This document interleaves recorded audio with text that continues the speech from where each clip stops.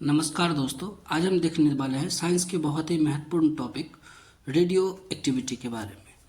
जितने भी competitive exam होते हैं आपको रेडियो सक्रियता से 1 से 2 मार्क के क्वेश्चन देखने को मिलते हैं।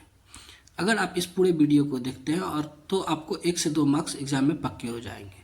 चलिए हम शुरू करते हैं। रेडियो सक्रियता के बारे में बात करते हैं। जब किसी नाभिक में अल्फा, बीटा या गामा किरणें निकलने लगती है तो उसे रेडियो एक्टिविटी कहते हैं।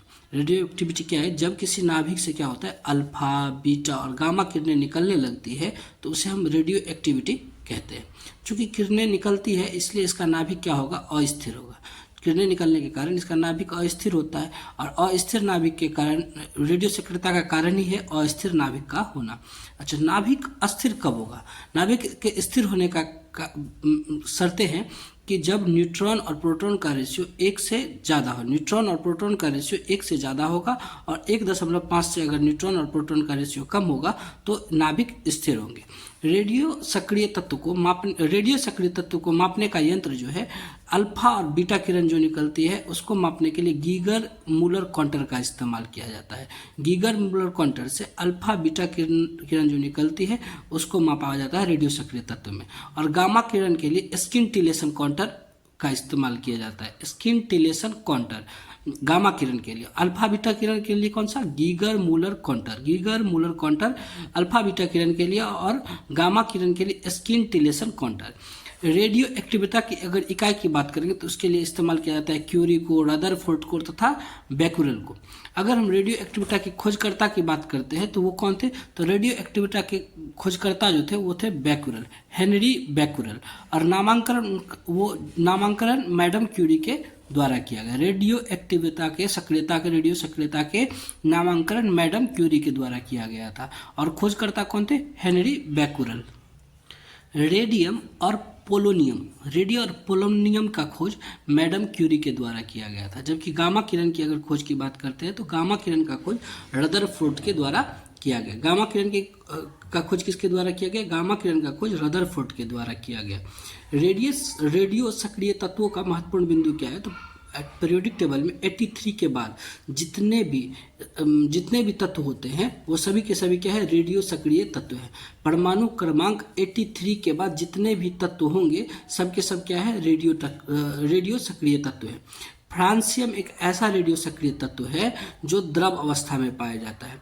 एकमात्र रेडियो सक्रिय तत्व फ्रांसियम है जो क्या है? द्रव अवस्था में पाया जाता है। टेक्टिनियम और प्लूटोनियम जो है वो ऐसे रेडियो सक्रिय तत्व है जो कृत्रिम रूप से क्या किया गया था? प्रयोगशाला में बनाया गया था। एग्जाम में क्वेश्चन आता है कि कृत्रिम रूप से प्रयोगशाला में बनाए जाने वाले रेडियो सक्रिय तत्व कौन से हैं? तो टेक्टेनियम और प्लूटोनियम। सबसे पहले टेक्टेनियम को बनाया गया, फिर प्लूटोनियम को बनाया गया। रेडियम की अगर बात करते हैं तो रेडियम जो है वो प्रकृति में नहीं मिलता है। इसे रेडियम को यूरेनियम के अयस्क से निकाला जाता है। रेडियम प्रकृति में नहीं मिलता है और इसे निकाला कहाँ से जाता है?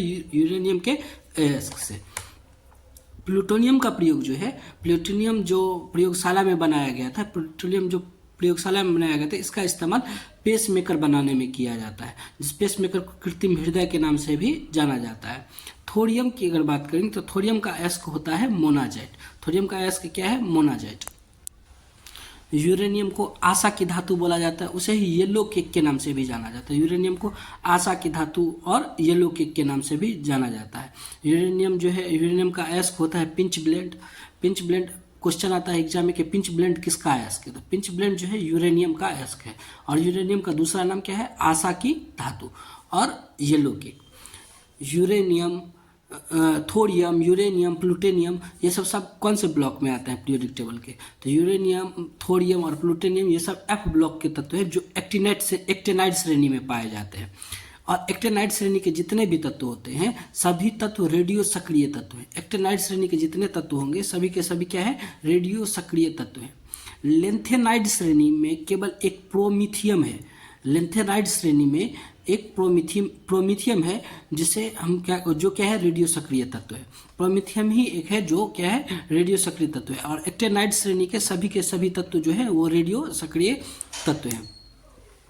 अच्छा, एक क्वेश्चन है हम लोगों के पास कि निम्न में से कौन सा सबसे हल्का रेडियो सक्रिय तत्व है। ऑप्शन है यूरेनियम, ड्यूटेरियम, ट्रिटियम, थोरियम। तो यूरेनियम जो है वो सबसे भारी तत्व है। यूरेनियम क्या है? सबसे भारी तत्व है। यूरेनियम सबसे भारी तत्व है और ट्रिटियम प्रकृति में सबसे हल्का है। तो आंसर हमारा हो जाएगा ऑप्शन सी, ट्रिटियम। अच्छा, भेदन क्षमता के आधार पे अगर हम बात करेंगे तो भेदन क्षमता में अल्फा किरणें सबसे कम भेदन क्षमता किसका होता है? अल्फा किरणें का। उसके बाद बीटा किरणें का। गामा किरणें सबसे ज़्यादा, यानी अल्फा किरणें जो है वो क्या है? वो बॉलीवुड के हीरो की तरह है।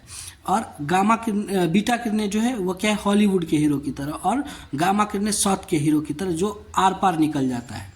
ठीक है, तो सबसे ज़्यादा भेदन क्षमता किसका है? गामा किरणों का। यानी अल्फा किरण से ज़्यादा बीटा किरण का, बीटा किरण से ज़्यादा गामा किरण का। और यही क्रम किरण के गति का भी होता है। किरण की गति का भी यही क्रम होता है। अल्फा किरण जो बना हुआ होता है वह हीलियम कणों से मिलकर बना हुआ होता है। हीलियम कण यानी अल्फा पार्टिकल से बनता है। और इसके ऊपर जो चार्ज होता है वो क्या होता है? पॉजिटिव होता है, धनावेश होता है। अल्फा किरण के ऊपर कौन सा चार्ज होता है? तो पॉजिटिव चार्ज होता है।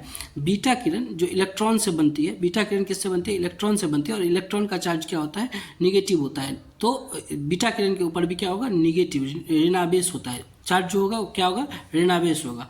गामा किरण की बात करेंगे तो गामा किरण बना हुआ है गामा कणों से जो आवेश रहित होता है। गामा किरण क्या होता है? आवेश रहित होता है। और आयनन क्षमता की अगर हम बात करते हैं तो आयनन क्षमता का मतलब ये होता है कि इलेक्ट्रॉन त्यागने का क्षमता, मतलब इलेक्ट्रॉन को त्यागने का क्षमता, वही उसका क्या कहलाएगा? आयनन क्षमता। तो सबसे कम किसके पास आयनन क्षमता है? इलेक्ट्रॉन का। उसके बाद सबसे कम किसके पास है? अल्फा कण का। उसके बाद बीटा कण का। और उसके बाद गामा किरण का। धन्यवाद।